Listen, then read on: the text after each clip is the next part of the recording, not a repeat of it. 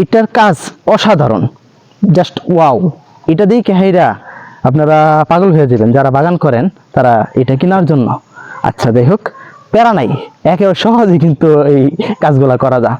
তো যাই হোক, আমি এটা দিয়ে প্রথমে দেখাই, কারণ এটা হলো কি যে বাঁশগুলার মোটা, এই বাঁশগুলার জন্য এটা এই খুন্তি দিয়া খুন্তি করলে তাহলে ওই বাঁশগুলা সহজে বসানো যায়। আর যে বাঁশগুলো একটু চিকুন সেটা হলো এটার কাজ খুব সুন্দর, খুব তাড়াতাড়ি, একদম অল্প টাইমে বুঝছেন কাজ করা যায়, এবং কষ্ট পরিশ্রমই নেই।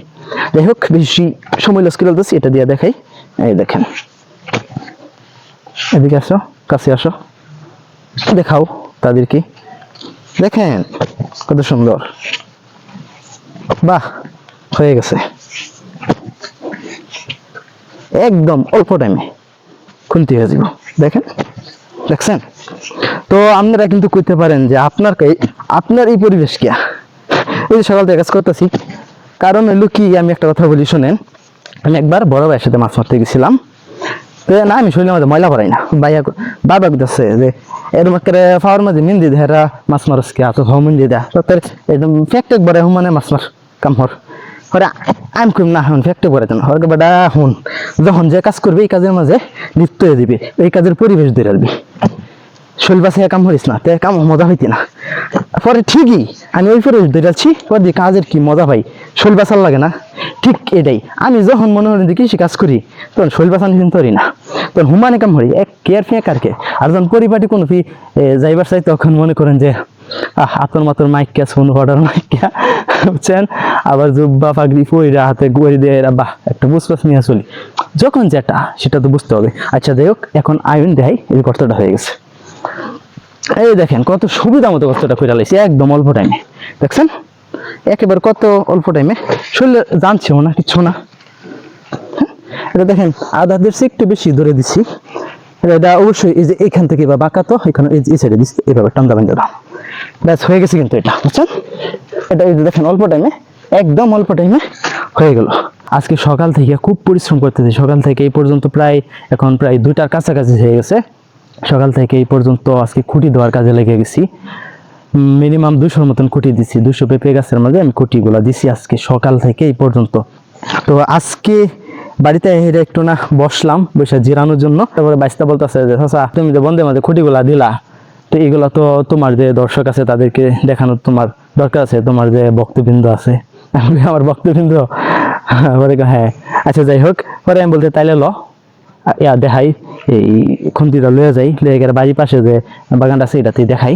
হ্যাঁ, এখানে কিন্তু একটু শ্যামাযুক্ত জায়গা, তো এইখানে গাছগুলা কিন্তু উঁচা হয়। গত বছর এখানে গাছ অনেক উঁচা হয়েছিল, প্রায় 15-16 ফিটের মতো উঁচা হয়েছিল। একটা গাছ হয়েছিল 17.5 ফিট উঁচা, পেঁপে উঁচা ছিল, অনেক পেঁপে। আমার কাছে মনে হয় না হয় 100 কেজি নাকি হয়ে যায়, এত পরিমাণ পেঁপে হয়েছিল। একটা পেঁপে 2 কেজি পর্যন্ত হয়েছিল, 2 কেজি 100 গ্রাম, 2 কেজি 200 গ্রাম এমন। টপলিটি তো জানেন একটু বড় কমই হয়। এই দেখেন এটা দিয়া কত সুবিধা, একেবারে সুবিধা, বুঝছেন, একদম সুবিধা। আর খুঁটিগুলা অবশ্যই এইভাবে দিবেন, এই গাছটা যেহেতু এইভাবে বেঁকা হয়ে এইভাবে উঠছে না, এই কারণে এটা এখানে দিবেন, তাতে এটা এইভাবে টাই না বান্ধওয়ালা, দেখছেন? এই যে দেখেন এটা কত সুবিধা মতো হইতেছে, এইভাবে ধরলাম না, এটার মাঝে দারুণ এক কারিশমা। বিসমিল্লাহির রহমানির রহিম, দেখছেন? ও কত সুন্দর, ওয়াও, অবস্থা দেখছেন কত সুবিধা এটা আমাদের, বাহ।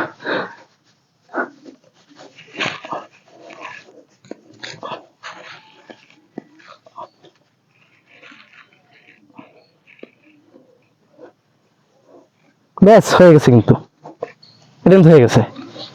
বলতে পারেন যে তাহলে পানি আনছেন কি জন্য, বালতির পানি? হ্যাঁ, বালতির পানিরও কাজ আছে, এটাও দেখাই। আপনারা খালি একটু অপেক্ষা করেন। এই দেখেন এই কোটাটা যেহেতু চিকন আছে, এই কারণে এটা দিয়ে খুব সুন্দর হবে, কিন্তু আমার আরেকটু করতে হইব,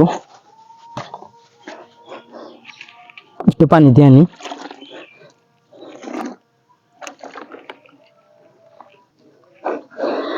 দেখেন আজান দিয়ে দিতেছে, 1টা বেজে গেছে, দেখছেন সময় কিভাবে যা। আমি একদম খুঁজই পাই নাই যে কুম্বালা সময় গেছে। ও দেখছেন অবস্থা।